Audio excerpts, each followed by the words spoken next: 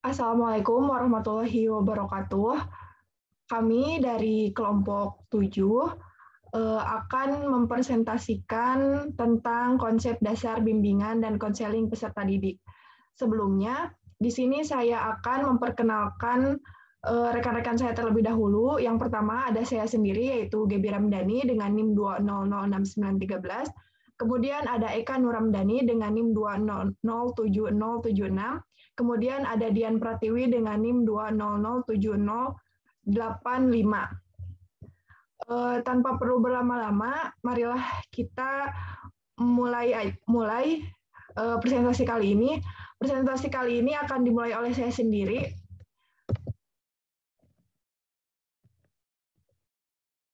Materi yang pertama yaitu ada pengertian bimbingan dan konseling. Bimbingan, secara etimologis, kata bimbingan merupakan terjemahan dari kata guidance yang berasal dari kata kerja to guide, yang mempunyai arti menunjukkan, membimbing, menuntut, ataupun membantu. Secara umum, bimbingan dapat diartikan sebagai suatu bantuan atau tuntunan. Yang kedua yaitu konseling. Pengertian konseling secara etimologi berasal dari bahasa Latin, yaitu consilium, atau dengan atau bersama, yang dirangkai dengan menerima atau memahami. Konseling merupakan proses tatap muka yang memiliki hubungan timbal balik antara konselor dengan klien yang bersifat pribadi untuk mengatasi suatu permasalahan yang dialami oleh klien. Kemudian, materi berikutnya yaitu ada tujuan bimbingan dan konseling.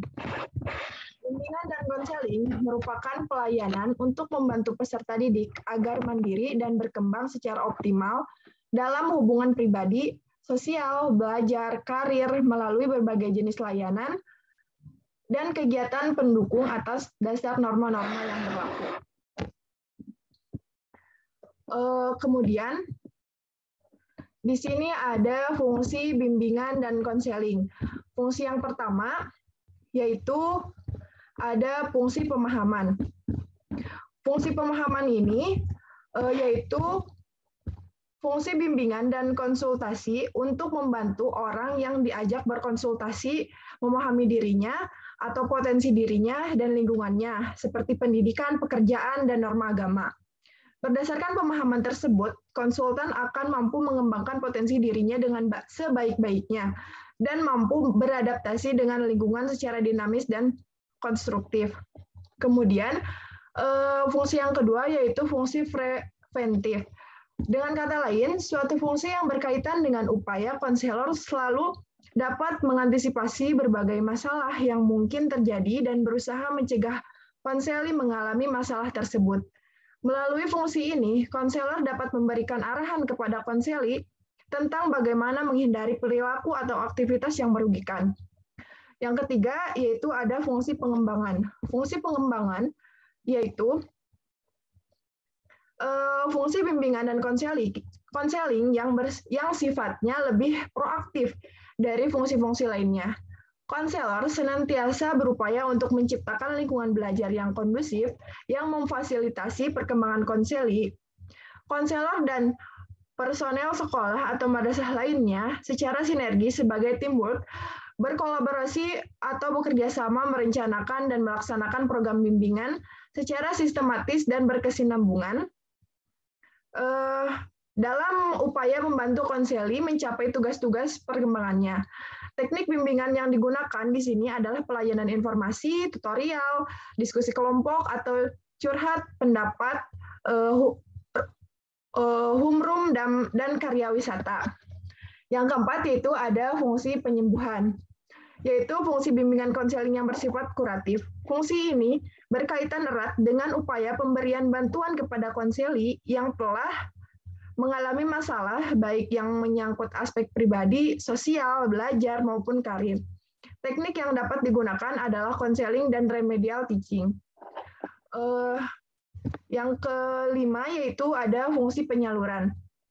Fungsi penyaluran dalam fungsi bimbingan dan konseling yaitu membantu konseli memilih kegiatan ekstrakurikuler, jurusan atau program studi, dan memantapkan penguasaan karir atau jabatan yang sesuai dengan minat, bakat, keahlian, dan ciri-ciri kepribadian lainnya. Dalam melaksanakan fungsi ini, konselor perlu bekerja sama dengan pendidik lainnya di dalam maupun di luar lembaga pendidikan. Yang keenam yaitu ada fungsi adaptasi, yaitu fungsi yang membantu para pelaksana pendidikan seperti kepala sekolah, atau madrasah, staf, konselor, dan guru untuk menyesuaikan program pendidikan terhadap latar belakang pendidikan, minat, dan kemampuan atau kebutuhan konseli. Dengan menggunakan informasi yang memadai dengan konseli atau pembimbing atau konselor dapat membantu para guru dalam memperlakukan konseli secara tepat, baik dalam memilih dan menyusun materi dalam sekolah, memilih metode dan proses pembelajaran. Namun, menyusun bahan pelajaran sesuai dengan kemampuan dan kecepatan konseli. Yang ketujuh yaitu ada fungsi penyesuaian, yaitu fungsi bimbingan dan konseling dalam membantu konselor agar dapat menyesuaikan diri dan lingkungannya secara dinamis dan konstruktif. Kemudian yang kedelapan yaitu ada fungsi perbaikan, yaitu fungsi bimbingan dan konseling untuk membantu konseli sehingga dapat memperbaiki kekeliruan dalam berpikir, berperasaan, dan bertindak. Konselor melakukan intervensi atau memberikan perlakuan terhadap konseli supaya memiliki pola berpikir yang sehat, rasional, dan memiliki perasaan yang tepat sehingga dapat mengantarkan mereka kepada tindakan atau kehendak yang produktif dan normatif. Yang ke-9 yaitu ada fungsi fasilitasi, yaitu memberikan kemudahan kepada konseli dalam mencapai pertumbuhan yang optimal dan perkembangan yang optimal, serasi, selaras, dan seimbang seluruh aspek dalam konseli. Yang ke-10 yaitu ada fungsi pemeliharaan, yaitu fungsi bimbingan dan konseling untuk membantu konselornya supaya dapat menjaga diri dan mempertahankan situasi kondusif yang tercipta dalam dirinya. Fungsi ini memfasilitasi konseli agar terhindar dari kondisi-kondisi yang akan menyebabkan penurunan produktivitas diri. Pelaksanaan fungsi ini diwujudkan melalui program-program yang menarik, kreatif, dan fakultatif atau pilihan atau sesuai dengan minat konseli.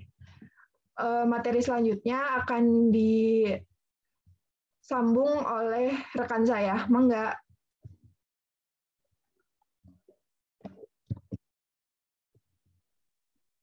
Baik, terima kasih Gaby. Untuk materi selanjutnya ada asas bimbingan dan konseling. Dalam menyelenggarakan layanan bimbingan dan konseling di sekolah, hendaknya selalu mengacu pada asas-asas bimbingan dan konseling dan diterapkan sesuai dengan asas-asas bimbingan dan konseling. Asas yang dimaksud adalah yang pertama, ada asas kerahasiaan. Asas ini menuntut dirahasiakan semua data dan keterangan mengenai peserta didik atau klien yang menjadi sasaran layanan, karena kunci dalam upaya penyelenggaraan bimbingan dan konseling adalah asas kerahasiaan. Yang kedua ada asas kesukarelaan. Jika asas kerahasiaan sudah tertanam pada diri siswa atau klien, maka diharapkan siswa yang mengalami masalah dengan sukarela membawa masalahnya kepada pembimbing atau meminta bimbingan untuk didiskusikan mengenai masalahnya. Yang ketiga ada asas keterbukaan. Peserta didik atau klien dan konselor harus saling terbuka, bukan sekedar bersedia menerima masukan dari luar, tetapi yang lebih penting adalah masing-masing yang bersangkutan bersedia membuka diri untuk kepentingan pemecahan masalah. Yang keempat ada asas kekinian. Jadi masalah yang dialami oleh siswa ini merupakan masalah yang sedang dihadapinya, bukan masalah mengenai masa lampau. Selanjutnya,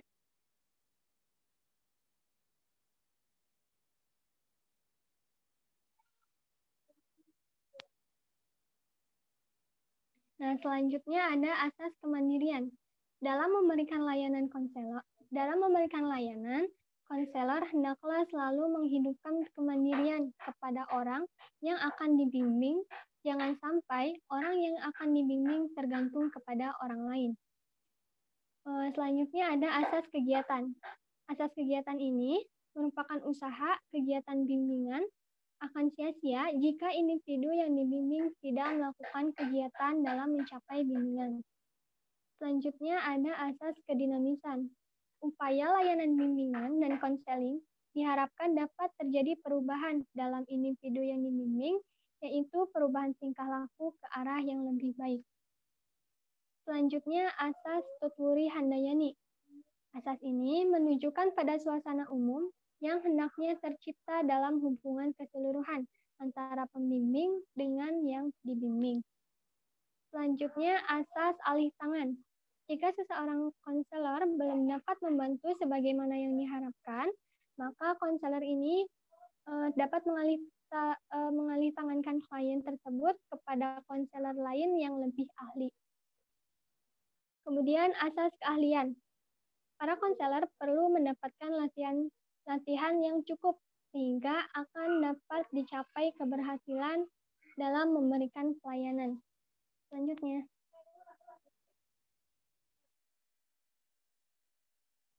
Nah, selanjutnya ada asas keterpaduan.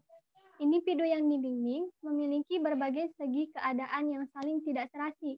Di sini harus memadukan berbagai aspek, juga harus diperhatikan kepaduan isi proses pelayanan yang diberikan. Antara aspek yang satu dengan aspek yang lainnya harus saling berkaitan. Dan yang terakhir ada asas kenormatifan.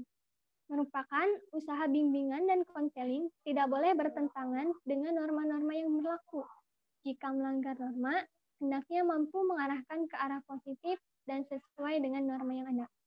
Mungkin materi dari saya sekian, saya kembalikan kepada TGB. Silakan TGB. Baik, terima kasih kepada Eka. Mungkin materi selanjutnya akan dilanjutkan oleh rekan saya. Mangga, Dian. Terima kasih TGB.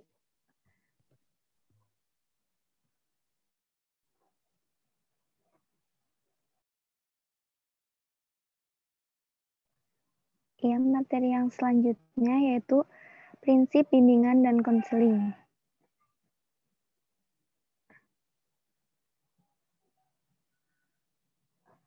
Prinsip bimbingan dan konseling secara garis besar dikelompokkan menjadi dua kelompok, yaitu prinsip-prinsip umum dan prinsip-prinsip khusus.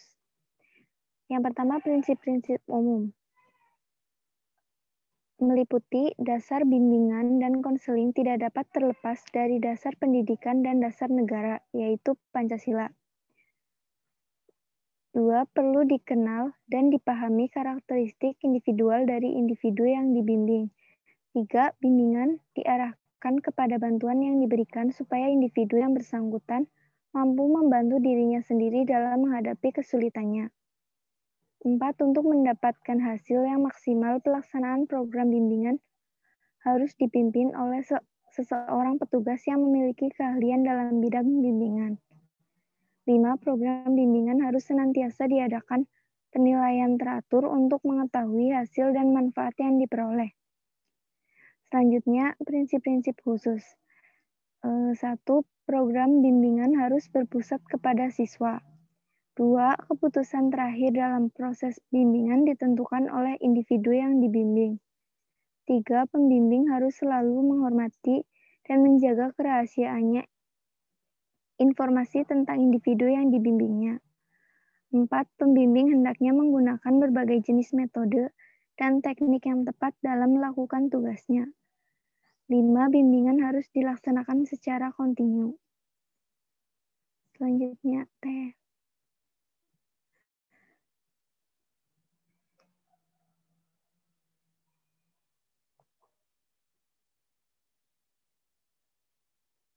Ya, yang selanjutnya pendekatan yang digunakan dalam bimbingan dan konseling.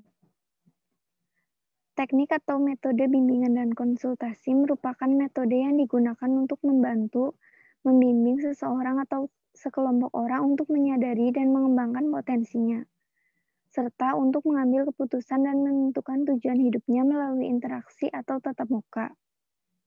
Pada umumnya, teknik-teknik atau pendekatan yang dipergunakan dalam bimbingan mengambil dua pendekatan, yaitu pendekatan secara kelompok atau group guidance dan pendekatan secara individual atau individual guidance counseling.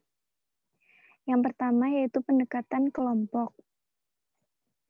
Teknik ini dipergunakan dalam membantu siswa atau sekelompok siswa memecahkan masalah-masalah dengan melalui kegiatan kelompok, yaitu yang dirasakan bersama oleh kelompok atau bersifat individual, yaitu dirasakan oleh individu sebagai anggota kelompok.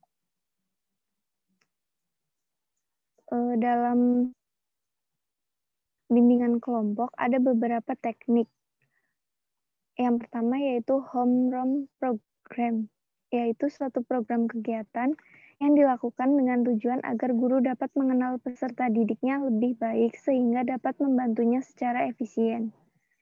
Yang kedua, karya wisata, kegiatan rekreasi yang dikemas dengan metode mengajar untuk bimbingan kelompok dengan tujuan siswa dapat memperoleh penyesuaian dalam kelompok untuk dapat bekerja sama dan penuh tanggung jawab. Yang ketiga, kegiatan kelompok. Kegiatan kelompok adalah teknik pembinaan yang baik karena kelompok memberi individu sebanyak mungkin kesempatan untuk berpartisipasi. Yang keempat, organisasi siswa. Berorganisasi dalam lingkungan pendidikan dan masyarakat. Melalui organisasi ini, banyak masalah individu dan kelompok dapat diselesaikan. Kemudian yang kelima yaitu sosiodrama. Sosiodrama dipergunakan sebagai suatu teknik di dalam pemecahan masalah sosial dengan melalui kegiatan bermain peran.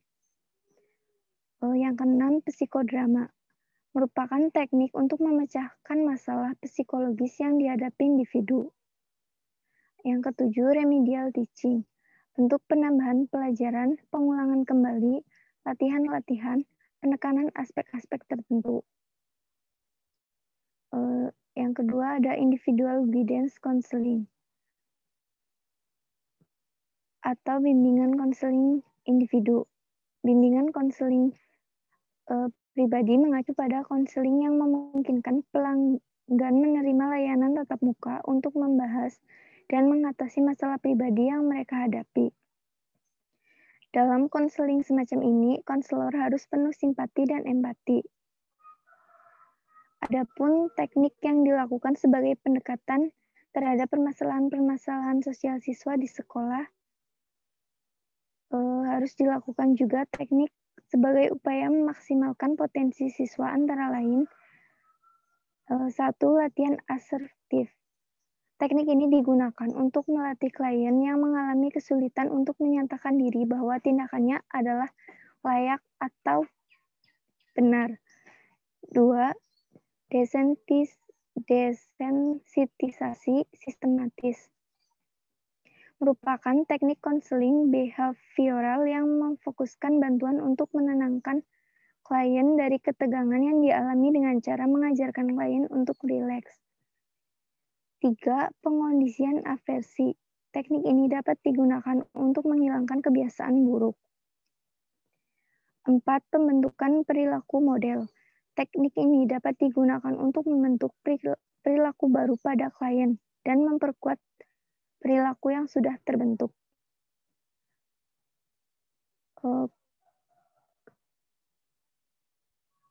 Kelima yaitu bermain proyeksi.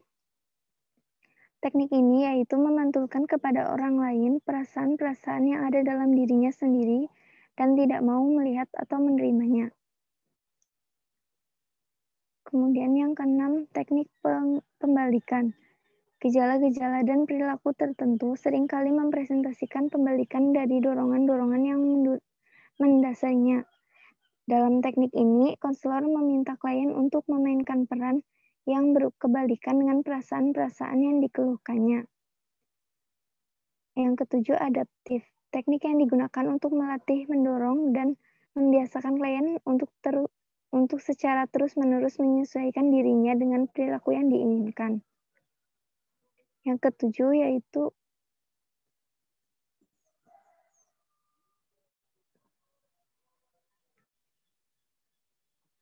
adaptif.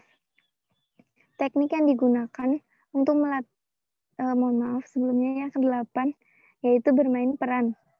Teknik untuk mengekspresikan berbagai jenis perasaan yang menekankan melalui suatu suasana yang dikondisikan sedemikian rupa sehingga klien dapat secara bebas mengungkapkan dirinya sendiri melalui peran tertentu. Yang ke-9, imitasi. Teknik untuk menirukan secara terus-menerus suatu model perilaku tertentu dengan maksud menghadapi dan menghilangkan perilakunya sendiri yang negatif. Selanjutnya, Teh.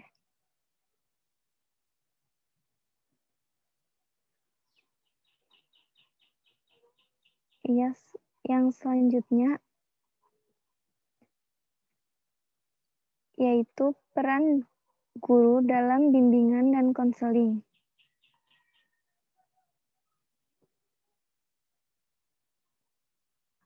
Adapun peran guru dalam bimbingan dan konseling, satu yaitu membimbing.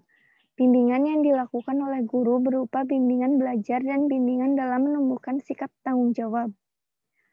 Guru memberikan bimbingan belajar pada peserta didik yang kurang berprestasi pada jam istirahat dan pulang sekolah. Bimbingan guru dalam menumbuhkan sikap tanggung jawab dengan selalu mengajarkan sikap tanggung jawab. Yang kedua, mengingatkan. Guru mengingatkan siswa untuk mengembangkan rasa tanggung jawab dalam pembelajaran dan pembelajaran eksternal. Guru mengingatkan siswa tentang hal-hal sederhana seperti membuang sampah. 3. Memberikan nasihat. Guru memberikan nasihat pada pembelajaran dan di luar pembelajaran, istirahat, dan saat akan pulang. Pemberian nasihat yang dilakukan sebagai salah satu bentuk kepedulian guru pada peserta didik. Yang keempat, memberikan hukuman. Guru memberikan hukuman pada peserta didik yang melanggar aturan sekolah dan tidak melaksanakan sikap tanggung jawab. Guru menerapkan sistem denda dan buku kasus untuk menghukum peserta didik. Yang kelima, korektor. Guru menjadi korektor pada pelaksanaan sikap tanggung jawab pada peserta didik dengan memberikan nasihat ketika menemukan peserta didik yang melanggar aturan dan memberikan pujian pada peserta didik yang melaksanakan sikap tanggung jawab. Yang keenam, memberikan motivasi. Pemberian motivasi yang dilakukan guru berkaitan dengan akademik dan pembentukan sikap tanggung jawab. Motivasi dalam bidang akademik yang diberikan guru seperti selalu mengerjakan PR dan selalu belajar di rumah. Yang ketujuh, memberikan contoh. Guru sebagai pelaksana bimbingan konseling dalam sikap tanggung jawab dengan memberikan contoh. Guru kelas 2 memberikan contoh pada peserta didik dengan menerapkan hal-hal yang sederhana, seperti memakai seragam sesuai aturan, berangkat tepat waktu, dan melaksanakan tugas piket. Kemudian guru kelas 5 memberikan contoh pada peserta didik dengan selalu bertanggung jawab pada perbuatan yang dilakukan. Mungkin cukup sekian pemaparan dari saya. Saya kembalikan lagi kepada Teh Gaby. Terima kasih.